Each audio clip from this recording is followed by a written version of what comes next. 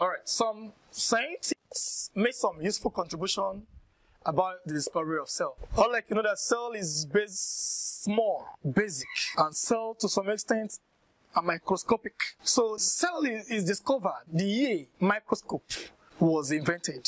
Microscope was invented by scientists known as Anton van Leeuwenhoek, Netherlands. That was the first scientist to discover microscope. The first scientist that used this invention, this microscope, to discover cell is Robert Hooke. Robert Hooke. You can't talk about cell discovery of cell, and that has to do with cell discovery, scientists that made some useful pioneer works on cell without Robert Hooke.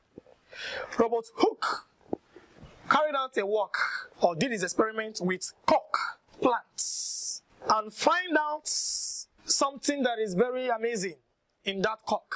And he called that amazing structure boss-like. Boss-like.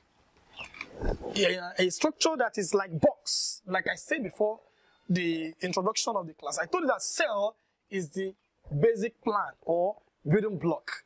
So Robert Hooke discovered from a cork, a plant cork, a box-like compartment.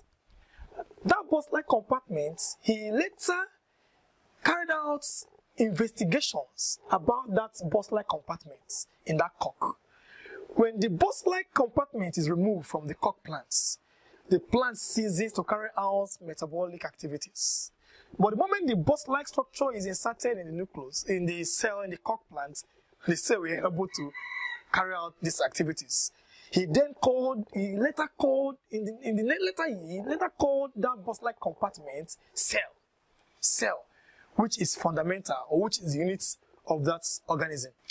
Later in the year, another scientist called Robert Brown. Robert Brown. In this case, this man was the first scientist to discover an organelle. The first organelle in cell, whether plant or animal, to be discovered is nucleus. So Robert Brown discovered the nucleus of the cell. And then the next scientist that carried a very pioneer and useful work about cell is Dajudin. In his work, the living parts, the first living parts or the living organelles in cell was discovered by Dajudin.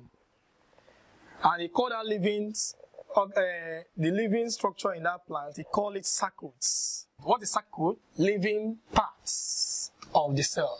Living part of the cell, the sarcodes. Then later, the sarcodes was later changed to protoplasm by another scientist called Purkinje.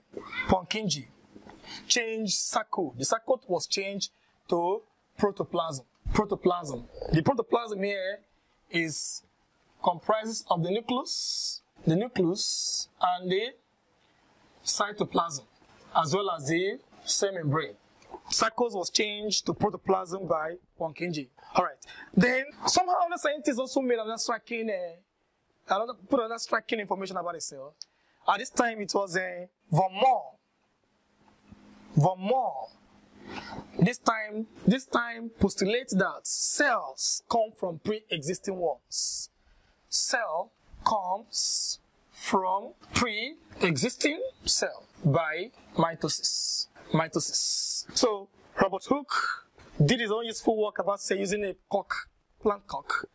He found cell to be boss-like. Robert Brown, the first to discover the first ever cell organelle called nucleus.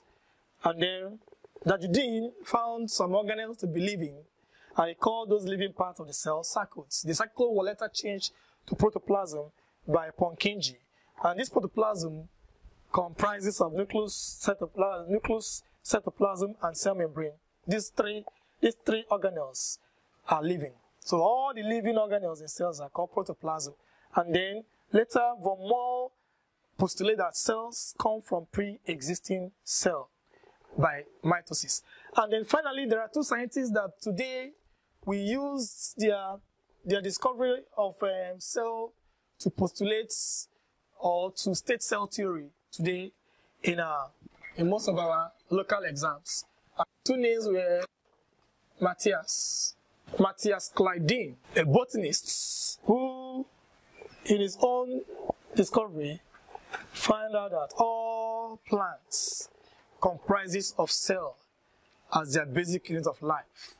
And later, it was Theodor Schwann that also find out that all animals comprises of cell as their basic unit of life. So the cell theory was deduced or deducted from contribution made by Matthias and Theodor Schwann.